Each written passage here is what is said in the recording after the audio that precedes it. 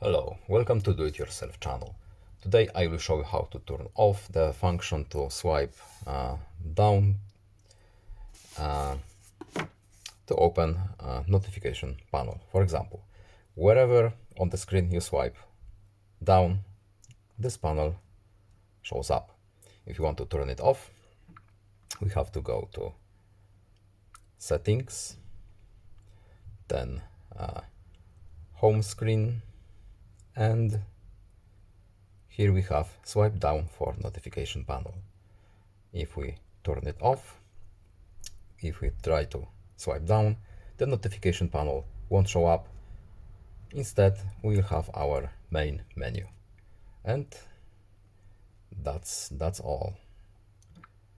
I hope this video was helpful to you. Please leave a like and subscribe. Have a nice day and see you in the next video. Goodbye.